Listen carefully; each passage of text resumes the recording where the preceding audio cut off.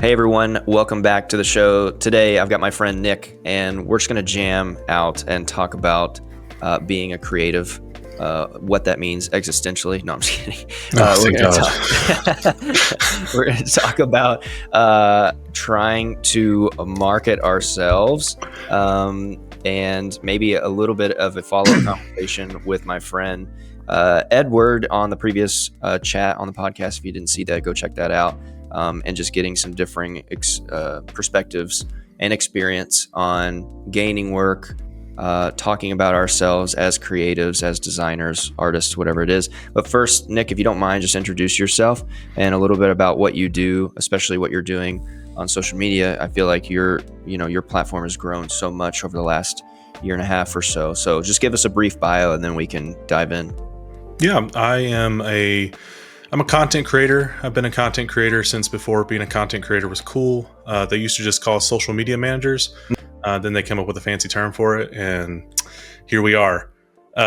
Started that whenever I was 20 years old. So that's been 12 years ago.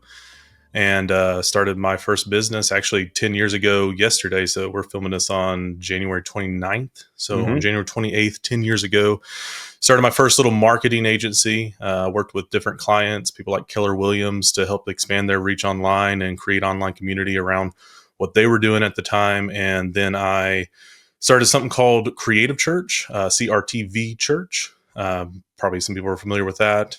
Started it in 2015 as well. It's coming up on its 10-year anniversary in October. Nice. Created that after the church I was working for, it closed down. And I was like, man, there's no space for communities or no space for creatives. There was conferences at the time. Yeah. But those only happened once a year. And I was like, man, there needs to be something that exists during that in-between time. And that's when I came up with the idea of Creative Church, started as an online community. It grew, I think, 90,000 followers. And then back 7 years ago, we started helping creatives find jobs in the church. Yeah. And we've been doing that for 7 years. I took a step back, I think it was 2021, and started kind of focusing, like, what does my personal brand look like? Okay. How can I reshape myself to, like, being a content creator? You know, it was all new and everyone was really excited about it. So I was like, maybe I'll do that too. And so I put people in place to manage the Creative Church. I still manage it and run it, but there are people that help me out with that. So I don't do the day-to-day as much. I'm more just really, top bird's eye view stuff. That's allowed me to focus on my personal brand, my content creation there. And that's what I've been doing now for the past 9 months. Yeah. I went from 9,000 followers in April of 2024 to, I think I checked this morning, it was 181,000 followers. Wow. Amazing, man. Yeah. Seriously. I should stress, I don't want to brag. I'm really good at what I do. I've been doing it for a long time. So the idea of focusing online and building online content, it comes naturally to me. And so whenever we get into conversations like this, and you're going to find that very, very quickly, dissecting that process on how it works, I'm going to stutter and stumble. So everyone be ready to be derailed. To be derailed. Myths busted. Yeah. No, you have the reps in, so to speak. Yeah. You know what I mean? Yeah. Yeah. I think this is an interesting time, obviously, just with social media in general. It also looked a lot different now than 10 years ago than it looks now, of course. Very much so. A lot of things were very static and visually oriented, and now that was on the cusp of video being really big, and now video is kind of like everything. Some people don't necessarily think it's everything, but other people would assume that everything is moving video. So I love one of the kind of core ideas of the Creative Church account, which is specifically for kind of helping people get jobs or help them find work. And so that's an area that we get asked a lot. From Kittl's perspective, we have about 6 million plus users in Kittl. Oh, wow. Not all of them paying for subscriptions, but a lot of them are. And they're maybe doing various things from company work, small business work, or just print on demand or something like that. However, on the graphic design side of things, there's always this camp that's probably tired of Fiverr and Upwork, I would assume, and they want quality leads which is a tough ask. And perhaps there's some things that we can help them understand or do, or just kind of like help make a strategy for, in terms of like exactly what you're doing with people is like helping them get work or trying to help them get work. Yeah. So, what do you think right now about social media specifically, and helping someone like market themselves to get more design or creative work or something like that? We don't have to immediately jump into like you need to basically start filming yourself like you did with your ad series, which is really good. I'm going to link that down in the description. Yeah. But yeah, I don't know. Like we could just kind of start it there. Like, what do you think about this impending doom of trying to get more work and like also trying to market yourself without being like sleazy? Yeah. So, kind of looking back at just the history of social media, 2015, 10 years ago, we're looking at a place where if you have a follower, your content's going to be pumped out to those followers, right? So we have 100,000 followers. The chances of those 100,000 people that you have following you going to see that content, probably 80%. Nowadays, since TikTok came along, discovery algorithms have changed everything. Those followers mean nothing. Actually, I just wrote about this last week. Hmm. The following count, it's dead. Like we no longer should be looking at a follower count. And I think that's a big shift for a lot of creatives because they think, especially creatives who over the past few years, they've built like 20, 30, 40,000 followers. And like, oh man, I have all these followers, but yet I post content and no one reacts. Yeah. That's because you're still thinking that just because you post content and you have followers, those people are going to see it. That's not going to happen. Okay. So what you have to do as a creator, if you're marketing yourself, you're using this social media space, so you got to figure out what the algorithm wants and give the algorithm what it wants so it will push your content forward. Okay. What the algorithm wants is people to stay on the app. Okay. So what I see a lot of creatives make the mistake doing is they go in and they'll say, hey, order from me, or hey, buy this. And guess what? That's taking people away from the app. That's taking people off of the feed. The algorithm doesn't want that. So what does the algorithm do? Demote that content. Doesn't push it. We ain't Yeah. gonna do nothing with that content because it's just pushing people away. We don't want to push people away because we have to sell ads in order to be a viable business, right? So people do that. They start up their small business. They start marketing themselves as creatives. They start pushing out, hey, hire me, do this, follow me for more, check out my newsletter. None of that content gets a reaction. They do it for about a month and then they quit and say, well, social media doesn't work for me. Yeah, I think that's exactly where people are. Right. Social media doesn't work for me. It don't work for nobody. Yeah, I got to go back to cold calling. Go to cold calling. And that's a difficult place to be in. But you have to, as a creative, figure out, well, what does the algorithm want? It wants people to stay on. It wants people to watch my content. So I have to interject something called story. Okay. Something that I've done with my brand over the past year. The reason why I grew is because I made 125 videos. None of those push people away from the algorithm. In fact, they just continue. They were just something that people could engage with for that moment in time. Yeah. And because of that, I've built a reputation and a brand, and I've built it around myself. And I've also seen that, like yesterday, I think I posted something, and this always shocks me. Yesterday, I posted something to my Instagram stories, and before my Instagram stories would be like 500-600 people would watch them. Yeah. 18,000 people watched my Instagram story yesterday. Oh, and I'm whoa. like, That's a lot. And so it's like, I can't just make stupid jokes anymore, right? Because there's a lot of people that are watching this. But that's what happens whenever you feed the algorithm what it wants. It'll reward you with people who are interested. Then whenever you're ready to make those bids and say, hey, why don't you check out this? Then you have that opportunity to do so.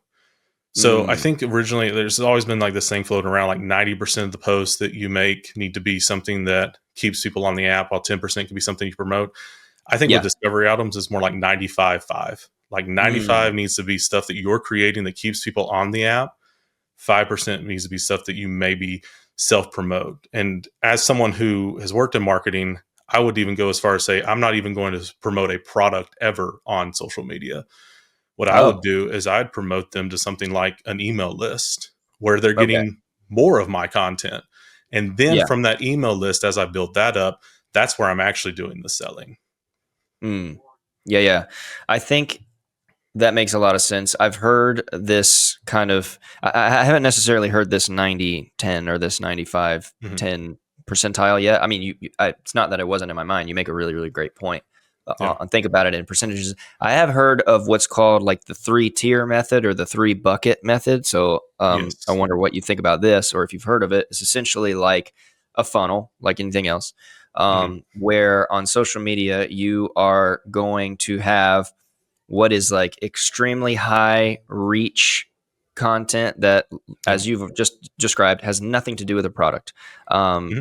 Perhaps it's you're kind of going for virality and reach there, right? You may do Right. something funny that's adjacent to whatever your niche is or whatever. Hmm. Um, that's wide reach, right? Level one. Level Right. two would be something like a little bit more nuanced into a target audience that wants to follow you for your, I don't know, maybe your expertise or your know-how or something like that. You're still not selling anything, right? But Right. you've technically lowered them down the funnel. That would technically be like, I just want a follower, right? So if Right. bucket one is like just reach and impressions and whatever, then level two would be like, okay, I've got you as a follower. Perhaps you're interested in whatever I might be doing.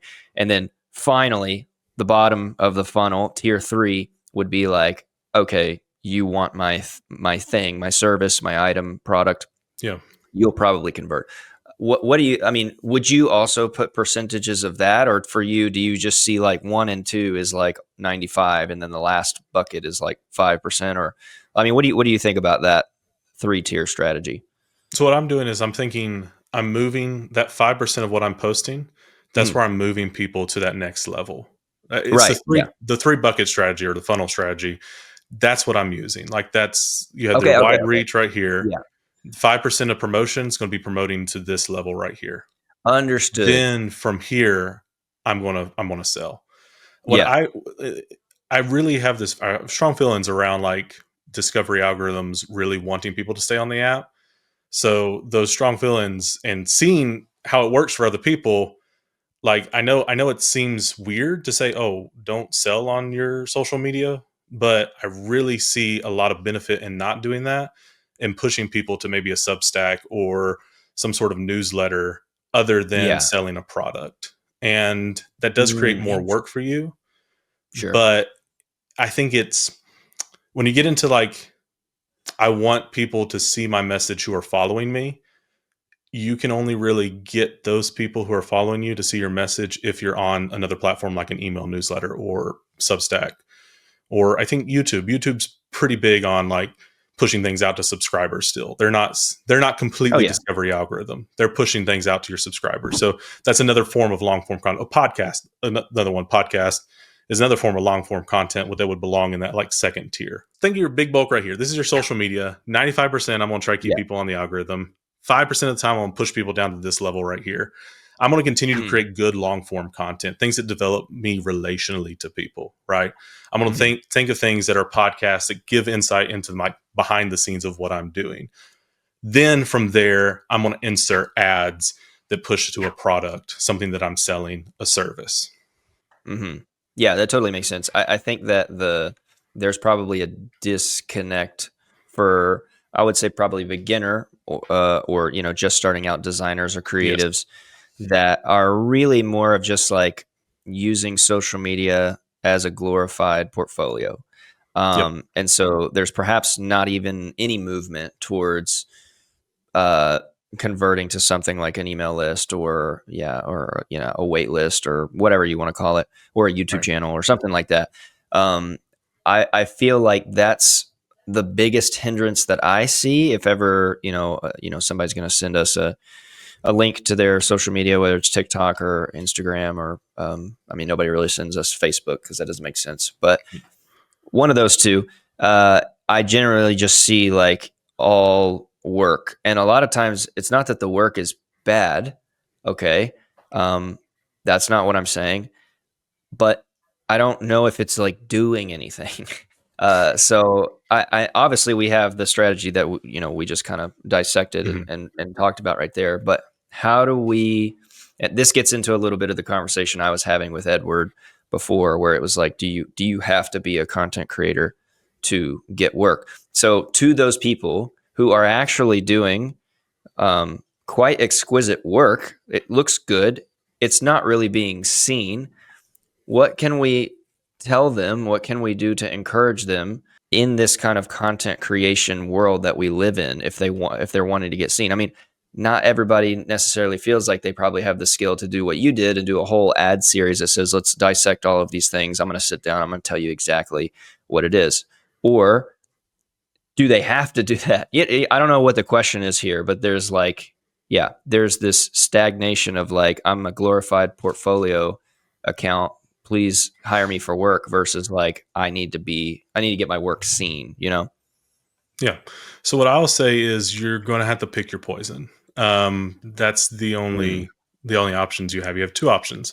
One, you can go and cold call people, use social media as a portfolio, maybe post once or twice a week, but you're going to have to hustle your product, your service, whatever you're selling. And you're going to have to do that by making connections. Emailing people is one way, cold emailing. Another way is getting involved in your local community. I always tell creatives, never neglect your local community and being involved mm, with the people who are in your community. My first three mhm, clients that I ever got 10 years ago, they came because I went and ate at their same restaurant every single day. I went and met with people at a mm. Rotary Club. A Rotary Club. That's not a very cool place to meet people. And I met people at the business at the Chamber of Commerce. Okay. I went and got involved in my community. I became a member of my community. And because of that, I got three really, really great clients who wound up connecting me with even more clients. In More. fact, Yeah. one clients I still have 10 years later. They're on retainer. They've been on retainer for 10 years. Beautiful. Yeah. Okay. So don't neglect doing it that way because that is poison one. There's Hmm. getting FaceTime with people, networking, going to events, being a member of your community. And then there's poison two, which is Hmm. content creation, putting stuff up. Here's what I'm going to say I'm not Yeah. choosing poison two unless I got the time. Okay. And here's why because in the content creation space, something else has changed in 10 years, and that is we have professional content creators. I am a professional content creator, which means in order for you to beat me in attention, you're going to have to wake up really early in the morning because I do Hmm. this full time. You're trying to do this Sure. with the 10 hours you have left over once you finish working with your clients. I'm doing this 60 hours a week. Mm. And because you're Okay. trying to do the same thing that I'm doing in a 10 hours, it can be very, very, very difficult to break through that noise. So if I don't have the time to make this content creation thing work, and that means either I'm working another job to pay the bills, or I got a client that just really pays me a lot of money, or in my case, I built Creative Church that pays me monthly in order to sustain me being able to chase this, right? Hmm. Hmm. Unless Hmm. I've done that, I'm not even going to worry about content creation because that's a lot of work in order to get the attention that I need. Or you can do things for less work, less time. You just have to go to places that nobody's at right now. What a lot of designers do, they try to compete with other designers, right? They're like, oh, Yeah. I'm gonna get Sure. my workout and show my workout, in order to get these cool clients, Nike, Adidas, all those cool guys, right? Hmm. You can skip that, do less work, and go work for like, I don't know, retirement homes, right? Hmm. Real estate agents, somewhere where creativity is not really in that market space, Hmm. but you want to network with those people. You want to connect with those people in that smaller niche. That Hmm. just means sacrificing some of that, cool aesthetic that a lot of people have come to really love about the creative content creation space. Hmm. I don't necessarily see, at least from where what I'm looking at, I don't really see the strong desire for people to go work at these big companies like a Nike or something. I mean, I will see it occasionally. You'll see, Yeah. but it's a content creator. It's a content creator saying, "I'm going to make a design every day until Patagonia hires Right. me, whatever." And they're very good because the Mhm. content is very good. So they're doing it on purpose. They're trying to self fulfill a prophecy, like Yeah. so what is it? Self actualization, whatever. Um, Yes. but I I'm thinking that people are more so just like I think people would welcome what you just said about Well, that's working good. for a real estate, like to do whatever. Like maybe they just needed to hear that. Like oh, I Mhm. didn't even think about going to markets that aren't very designy and also don't look very good. Right. Like, AKA ministry is kind of Yeah. one of those. Hopefully, is becoming less so now. But um, yeah, I think they maybe just need that push to like go in and not compete with so many people. What I Yeah. think I I see the guess what I'm trying to say there is, yeah, um, don't try to compete with other content creators who are trying to get those jobs. That's what I'm trying to say. yeah, Because for you can sure. make content that's like, here's how to have visual hooks, right? I see that a lot. Like Yeah, everyone's yeah, like, I do oh, too. visual hooks are going to be the content that I'm going to create and it's going to blow me up. Or you can make content that's like, hey, here's what font to use to sell $1 million homes, right? Ooh, And then suddenly I'm targeting real estate agents good. with my content. Hey, here's the design. If you want to elevate your real estate business, use black instead of some crappy yellow color, right? Like Dude, really that's think good. about your personal brand as a realtor. Go and talk to realtors in the business right now and Hmm. see how they're doing things and see how creativity is amplifying their message. And then now I have a way in to say, hey, if you wanna learn more about this, sign up to my Substack. I get them on my Substack and say, hey, you're a realtor, you're a real estate agent, you really need help with your personal brand. Why don't you hire me for Mm, $50,000 to come in and fix that for you? boom. Yeah. Yeah. I don't think people are thinking about it in that way. I think they're thinking about it design first, which is No, and tough. I think that's because we get trapped in this idea of like, we get really trapped. As emotional people, we really want to compete with the people that we like.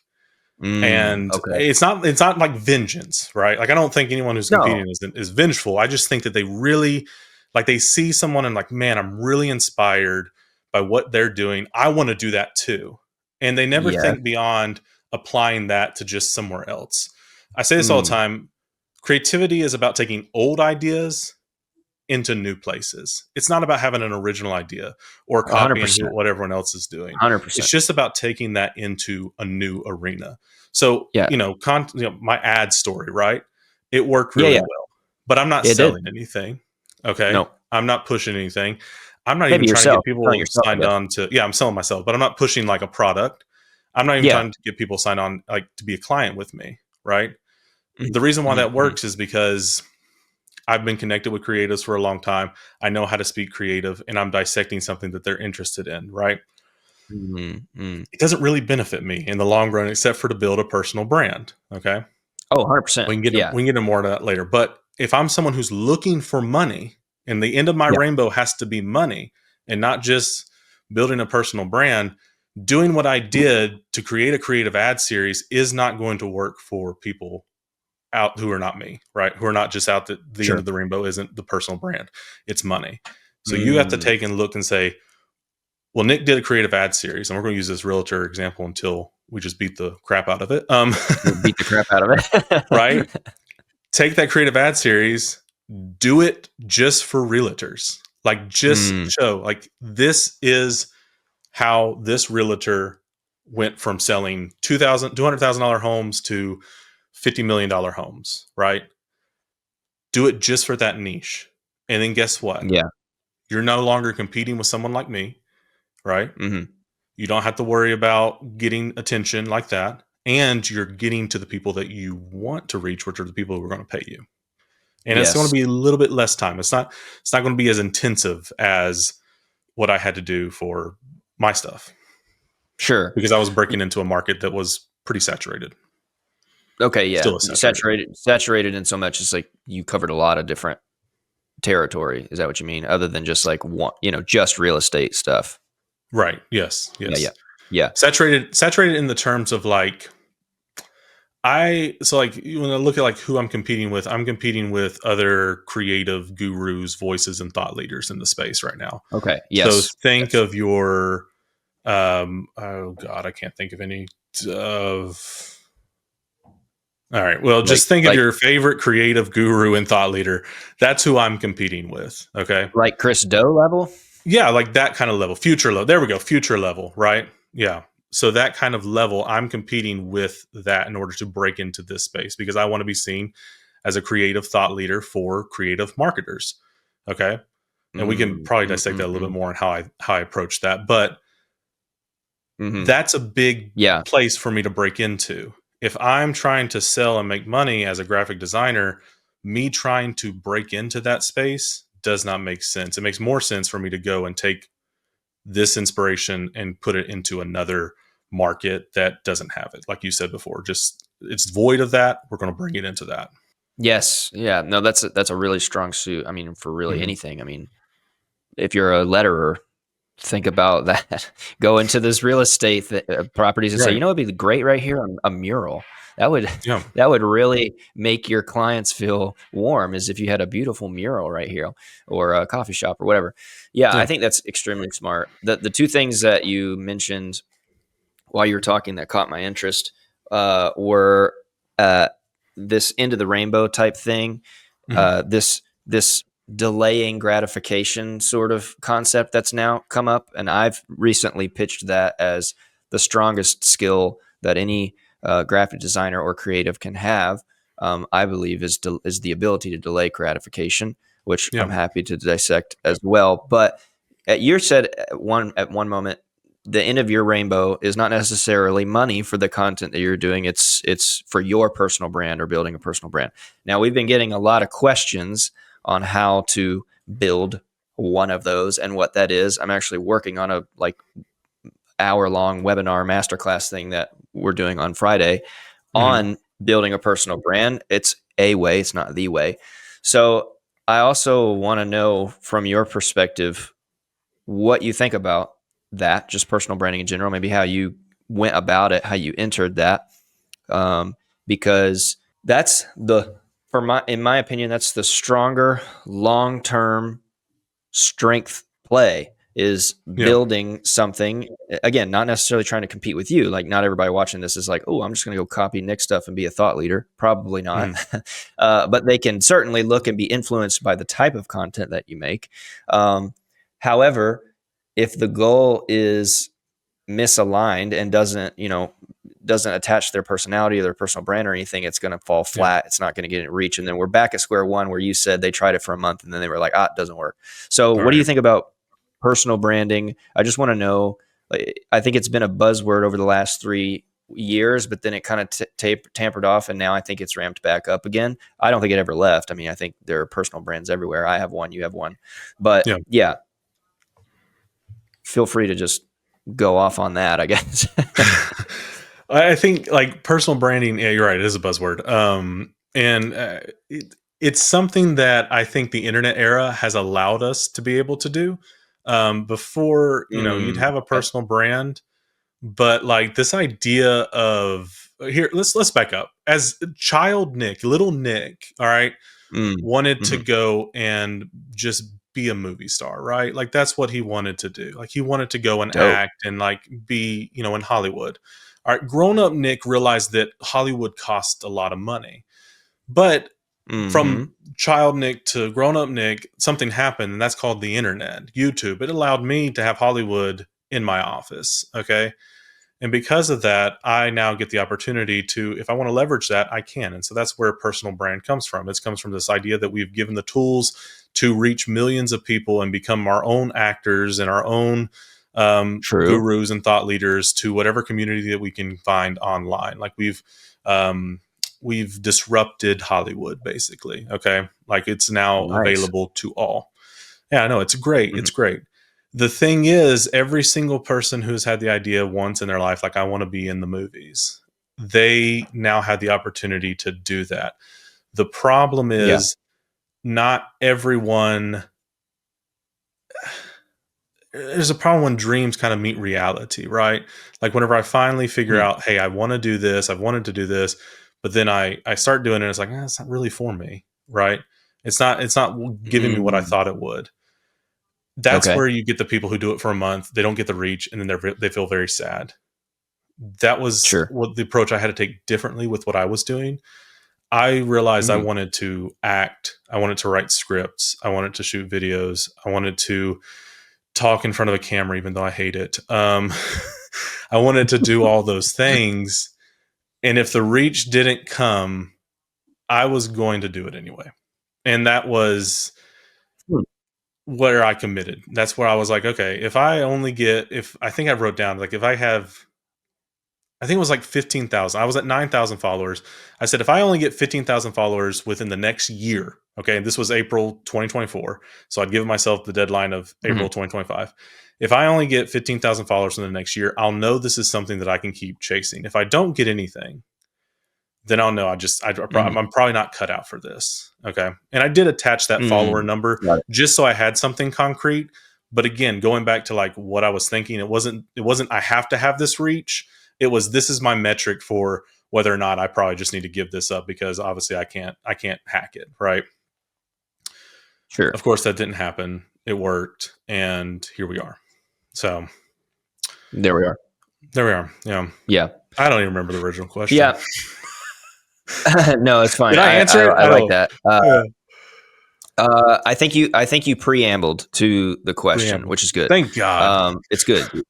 Yeah, you teed us up. Okay, Jesus. so there's also another part of that where you can talk about realistic goals, because that's something that I think people just they Yeah. misalign the attached number, which also makes them give up. Right. So I want to make $100,000 in design this year. Um, that can still be a goal. Mhm. However, what are the jobs to be done? That should be the actual goal. What helps you get to Right. that thing? Because if you just say, I want $100,000, and then at the end of the year, you don't have $100,000, sad times. But back to personal branding, Yes. what what are you doing now, or have done, let's just say, over the course Mhm. of, I mean, it can be 10 years, or it can just be once you decided to really go heavy on what you're doing with your social media account, your personal brand, not Creative Church's account. Mhm. So, moving away from that a little bit into your own space, how did you go about thinking for your personal brand? And I mean, obviously, it comes out in every kind of way, from uh, the setup, lighting, colors, how you speak, how you write captions, your newsletters, like Yeah. all of this stuff. I think that this is another disconnect from the same sort of people who are doing fantastic work, still just a glorified portfolio account, and there's no emotional attachment when I come to the profile, perhaps. So I don't even know if I want to hire you, because I don't even know if you're cool or not, you know? So yeah, I think the original question was, how do you look at personal branding, and how did you go about it? What was maybe your strategy? So my strategy was first off, I knew I needed something to keep me to a schedule because I'm obviously through this Ooh, conversation okay. you've all discovered that I can't even stay on topic whenever I'm presented with a topic. Um, ADHD I That's rely not, heavily on to succeed in life, and so I knew I there you needed go. to stick to a schedule. And that came Mm, about in this idea of a series. And I was like, okay, well, if I do a marketing series on creative ads, then I mm, have 30 days. I have to stick to that schedule because I've okay. committed. I've told everybody I got 30 days here. I'm going to do ads. And also, it gave me a formula for every single video. So I didn't have to come and like reinvent the wheel every single time I did this. I was just like, all right, I got the formula. I know where to stick the hook, where to stick the ad, where to stick the point, right? Okay. Okay. That was the first part because leading up to like doing this, I hadn't created content consistently for I think 2 or 3 years. I For was yourself, for your for own.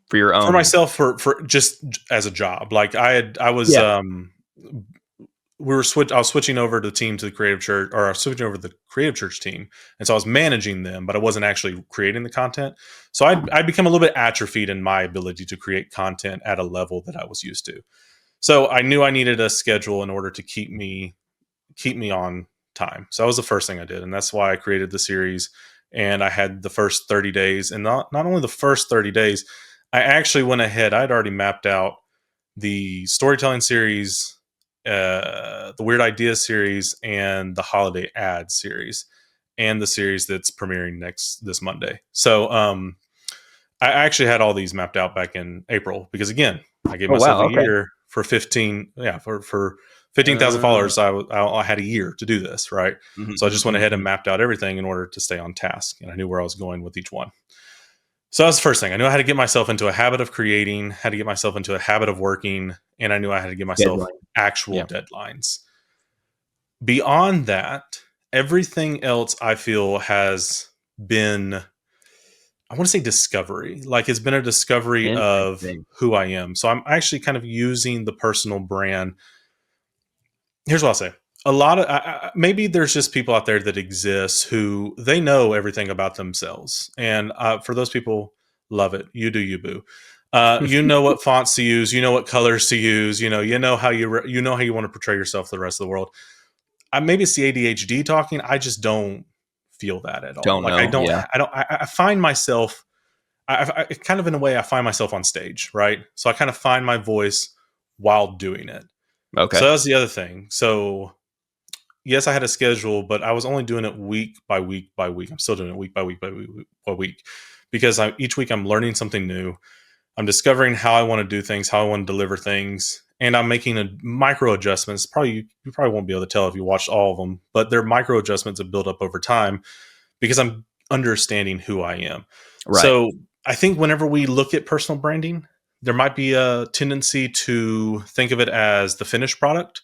Like I have to portray myself Ooh, online as I think completely so. who I am instead Mm, of looking at it as I'm kind of discovering who I am. Like I I'm like that. learning who I am as I'm working through this process.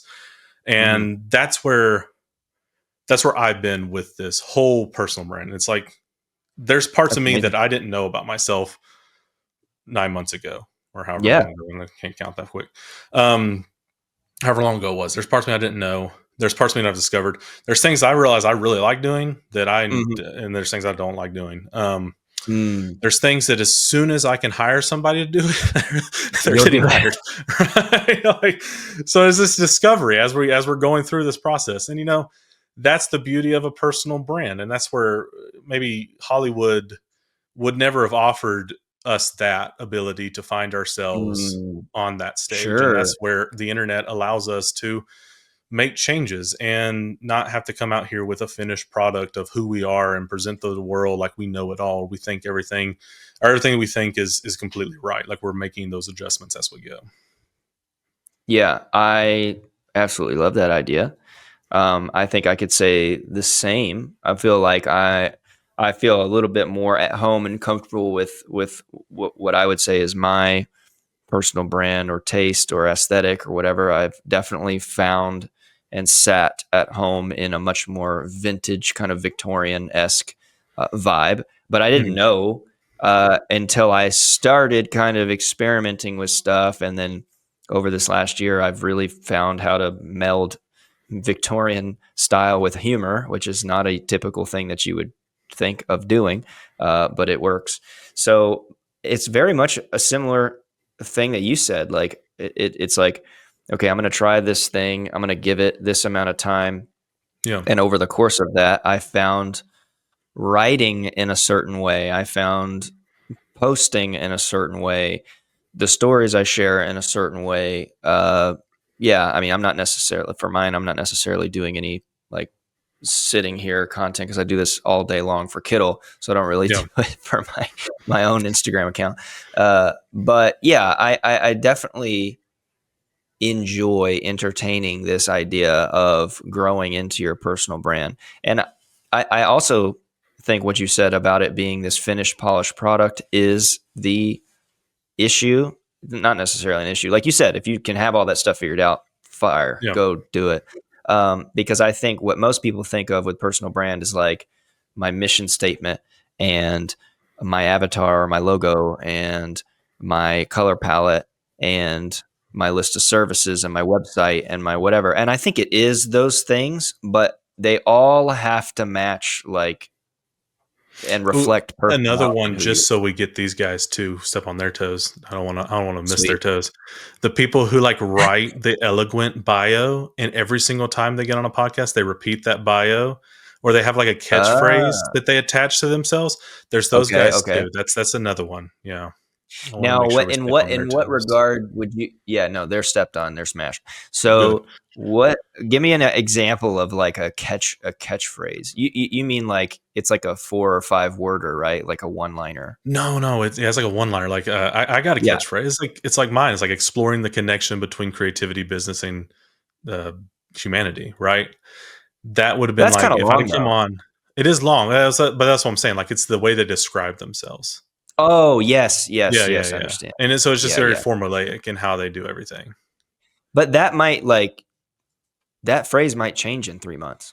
Right. That's what I'm Maybe. saying. So Yeah, that's what I'm maybe. saying. Like you get on there and you repeat it 30 times on a podcast that Oh, you're on. Eventually, you're gonna have to grow with that. That's why it's okay to be messy. mm. Is what I'm saying. Yeah, I agree. I Yeah. much more adhere to this idea that I think people should like, in part take on. Think about it as a personal brand. Like I would think about it like I'm assuming you guys are familiar with comedians and how they Oh, I operate. hope.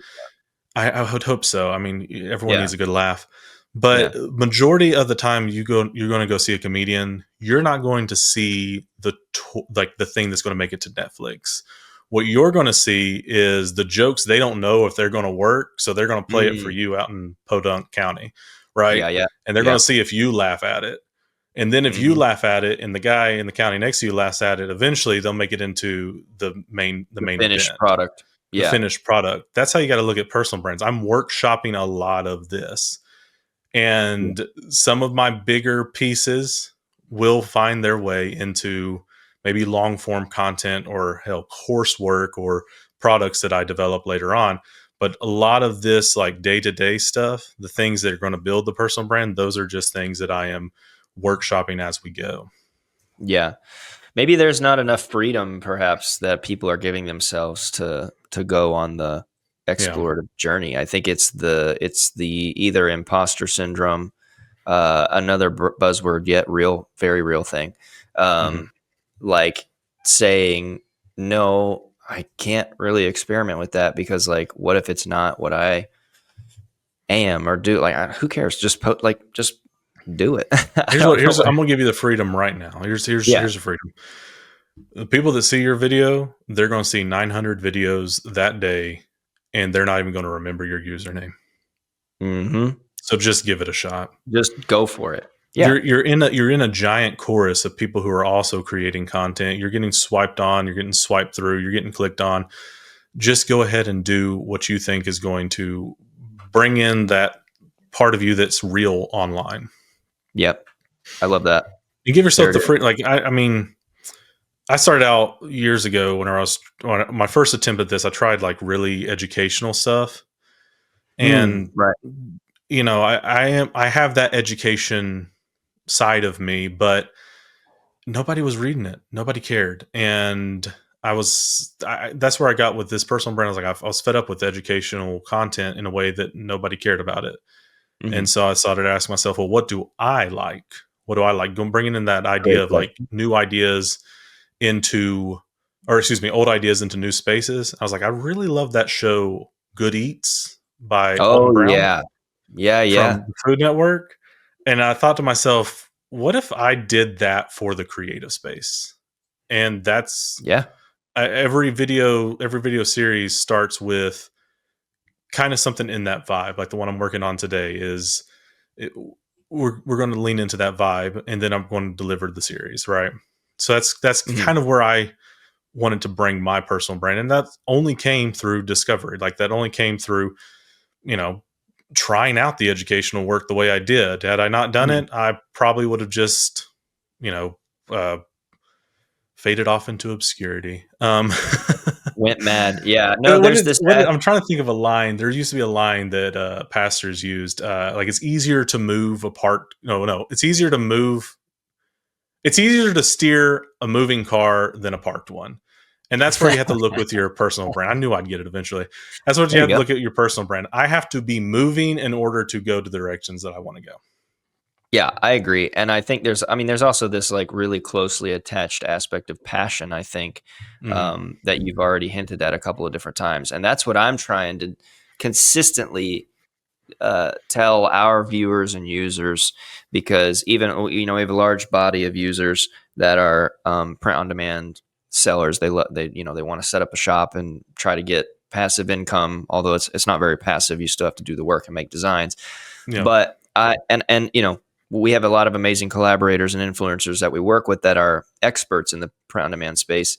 However, if someone's going to start that journey, I'm always going to give you the advice that's like, yo, just make designs for print on demand of a thing that you know so well. Like, don't try to go to YouTube and like look up best trending niches. Like, you can try, but Yep. you don't know it like someone else. So like, if you yourself are a nurse, you know the lingo, you know the codes, you know the procedures. You know, if you yourself are a champion level D&D player, you know the funny quotes like, I don't care, I said cast fireball, or whatever it is. Like, you're going to be able to know those things. And I've started to hear your journey be that way, where it's like, yo, what do I want to do? I Mhm. think that's such an excellent question to start with, as opposed to trying to be a poser. That's not good.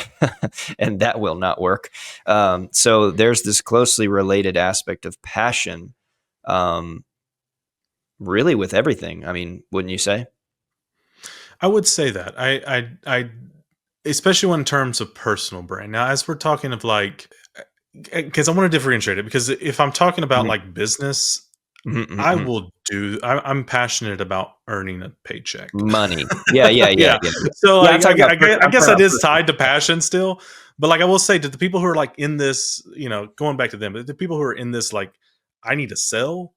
Mm, mm. I don't necessarily need to be passionate about, To make money. real estate agents to make money in the Exactly. real estate agency or real Yeah, estate industry, right? yeah. Like, I don't necessarily have I can be good at something without being passionate about it. So I will say, whenever you're chasing the personal brand, I think it is more passion that's got to come out in order to Mhm, be, mhm. authentic. And as a thing, you're putting your face up on a screen, right? You're putting yourself out there. So it's probably good that you bring yourself. Like, if you Yeah, bring yeah, someone yeah. else, Sure. it's going to look a little weird.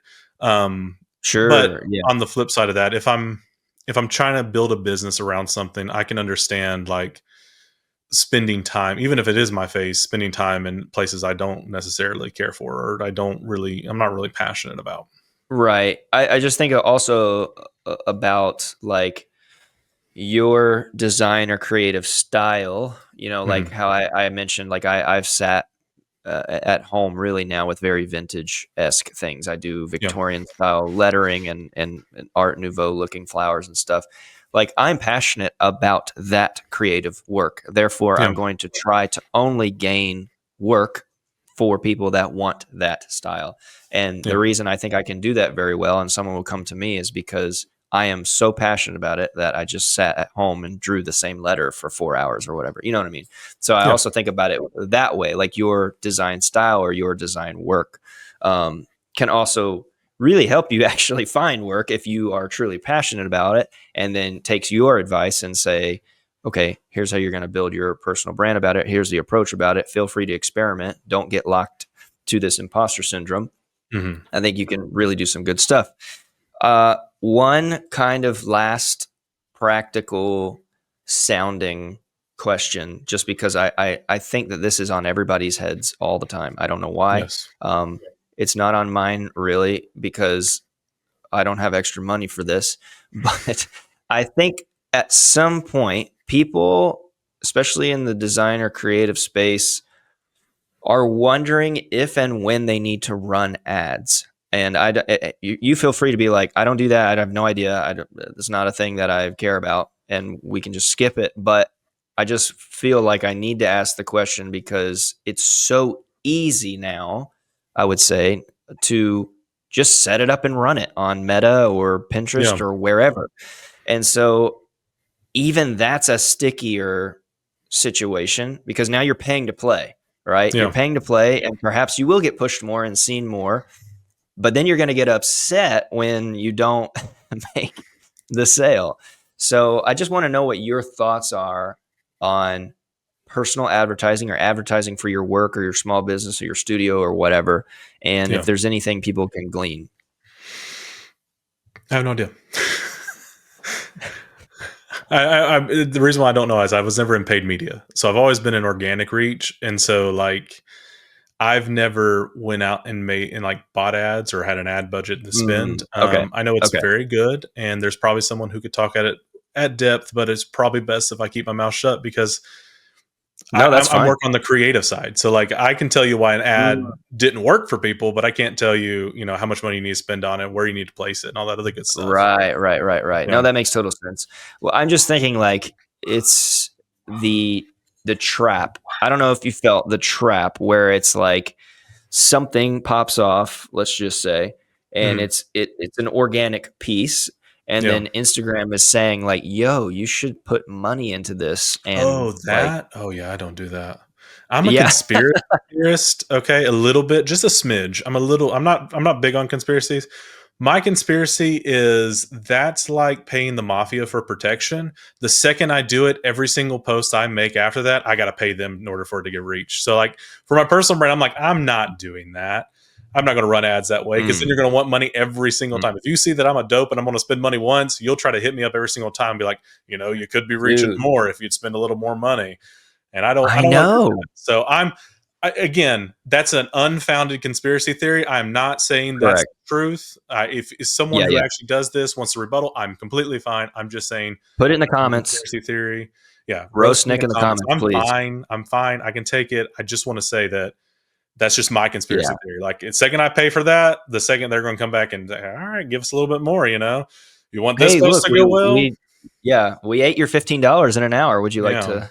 yeah. Would you like a little more? Yeah, yeah. So Yeah. I I don't do that. Yeah, I have a similar conspiracy about that as well. So I don't do it because I don't know. This kind of promoted boosting is really, I think it's fine if you're just trying to get followers, honestly. I do think it's Mhm. okay.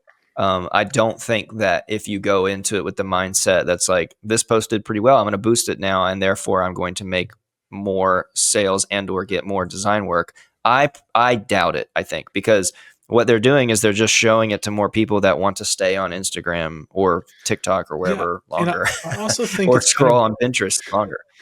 I kinda think it's greedy for them to even ask, because as someone who's creating for the platform, I'm surrendering, like, thinking a video takes me, like, 8 hours to make. Like, I'm surrendering 8 Mhm. hours of my time already. Why are you charging me money to boost that post? Like, I'm the Yeah, one who created yeah, yeah, content for yeah. your platform. If it's doing so well, why don't Yeah, you why do boost I it to need to, more yeah, people and get them to stay on and let the people who are, let the businesses and the brands who are buying ads, yeah, let them pay for it. So that's true. the other thing too. It's like I said, I don't do that because again, I feel like it's Mhm. the mafia and they're like, we got your money once, we're coming for you We're every gonna get time. it again. We're going to Yeah, get yeah, it yeah. again. Um, but that said, while I wouldn't boost individual posts, I do know that there is money to be made in paid media. Sure, I just but that's don't like know. proper, like, yeah, that's Yeah, like proper proper like meta channels. Like ads. I'm not Yeah, going to boost a yeah, yeah, post just because it did really well and Instagram wants me to yeah, boost yeah, it. Yeah. yeah, yeah. That makes total sense. Yeah, I I'm going agree. to I mean, create there an is. ad and then get those people to see the ad and people know it's an ad. That's how I'd do it. But again, I don't work in paid media, so Yeah, I wouldn't. I yeah, really need to makes stop talking. total sense. No, you're totally right. I mean, Yeah. we've had a couple of people on in the past that have experimented and give their expertise on it, and I think at the end of the day, it's very nuanced, and it Mhm. does take an expert to know exactly where to place things, and like you said, the amounts. On the creative side, we can certainly say like, oh yeah, well this is why I didn't convert because like the ad sucks or something. Right. There's that side of it, but yeah, on the other side of it, it's going to be a little bit more nuanced.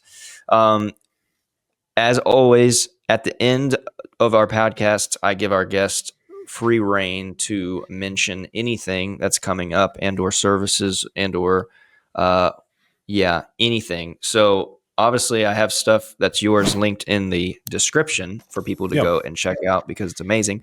But if you have specific things you want to direct people to, I know you have your newsletter. I don't know if you have any creative products or templates or anything like that. But yeah, just whatever. So I will say, when does this video go live? This will Like be it's towards live the. right now. It's like we're live. No, this will We're be live. towards the end of February. Oh, okay. So I reverse that, scratch that. Okay. I Reverse should it. if future Nick sticks to schedule, you should go check out my website, nikgoodner.com. That's nikgoodner.com. And I'll have a link to my new newsletter called Okay. Storylines. and that is going to be covering the marketing industry, creative industry, and helping you kind of increase that creative impact. If future Nick does Is well and lame. stays on schedule, okay, you should also be able to check out my YouTube from there. And Perfect. also, if future Nick does well and stays on schedule, you can check out the podcast, which is not named at this current point. But that's all stuff that is in development, has been recorded. It is now just needs to be edited. So hopefully, Phenomenal. future Nick did his job. If not, shame on you, future Nick. Shame. Roast him in the comments. Roast him in the comments. He's him. It's an awful person. I want him to succeed. I would do it right now, but it's all on him. It's all on him. So yeah. Well, the great thing is that I can always update links like later. So even if by the time you have about 20 roast comments, we'll be ready to update the links in the description. Right, surely, yeah. Awesome. All right. Well, Nick, thanks so much for taking the time to hang out. Thank you for having me. Everyone, please drop a comment either roasting one of us and or asking a question if there's something that we talked about in this conversation. I'm probably can coerce Nick to come back on for a future podcast, maybe, and or if there's just like something that you want to know more about. Maybe that's even content that Nick can make, or it's something we can make here at Kittl, but we don't know unless you go and comment it. So don't be afraid. It's okay. Go comment it. Of course, like and subscribe to the channel so you don't miss amazing videos like this one. And we will see you all in the next video. Bye. Be good, y'all.